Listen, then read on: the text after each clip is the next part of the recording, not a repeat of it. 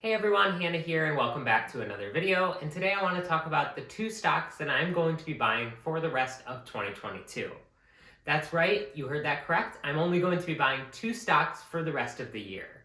I wanted to talk about what exactly those stocks are and a little bit around the methodology of why I picked them. So as far as the methodology around why I am only going to be purchasing two stocks for the rest of the year, I've noticed over the past couple of years that in both mine and Saige's portfolios, we have become increasingly weighted towards individual stocks.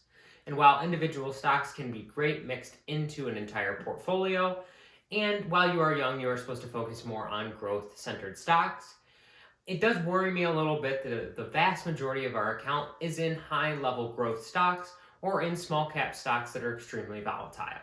This makes it a little bit harder to weather the storm when these stocks continue to fall, as they have over the past few months. And even though we are in a sustained bear market right now, and the stocks will eventually recover, or at least I hope they will, because the companies that we have stocks in, I do believe will do well in the future, there is no entire guarantee of that, and there isn't as much of a safety net as there are with exchange-traded funds. That's why I'm going to be focusing over the next year and putting all of our money into exchange-traded funds to help balance out our portfolios a little bit. I want to eventually get to where we are at least 50-50 with 50% exchange-traded funds and 50% individual stocks across all of our portfolios. But that's definitely going to take some time, and especially since we have a lot of money going to other things, we can only afford to put $50 a week into investments right now, but that is going to be going into the two funds I'm going to discuss now. So first up, we have SCHD. So this is a Schwab ETF, and it is focused on high dividend paying companies. So what this stock is it essentially tracks a bunch of high dividend yield companies and buys individual shares of those companies, so that way you can reap the benefits of the dividends from those companies without actually having to buy them.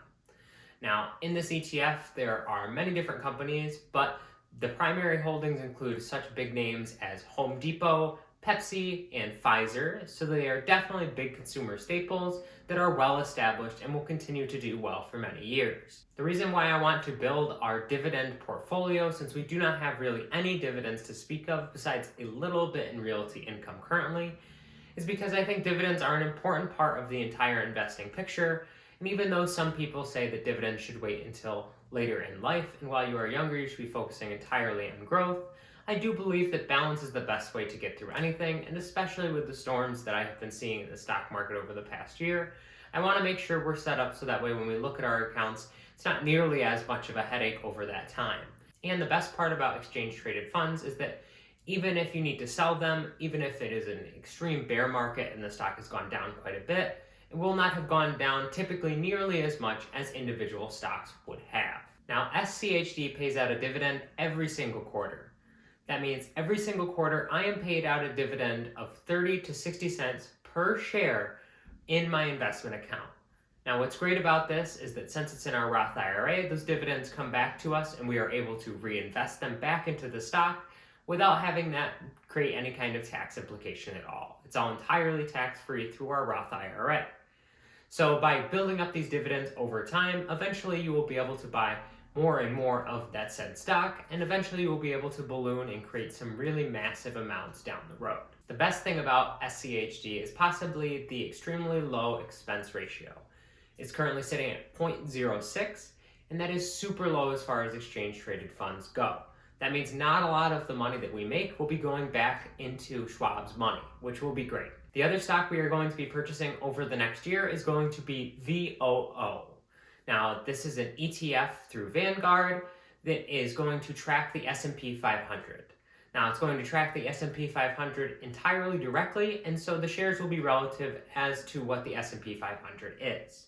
Now, the best part about tracking the S&P 500 is that you get a small slice of each of those companies that they buy into.